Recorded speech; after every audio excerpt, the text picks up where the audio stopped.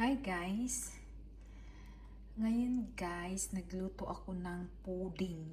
So this is my version of pudding guys. Pina-special. Char.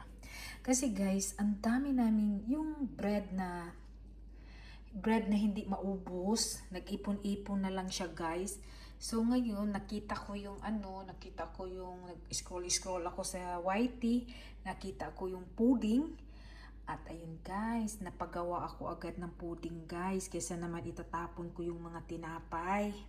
So, eto guys, ang aking Jonas pudding.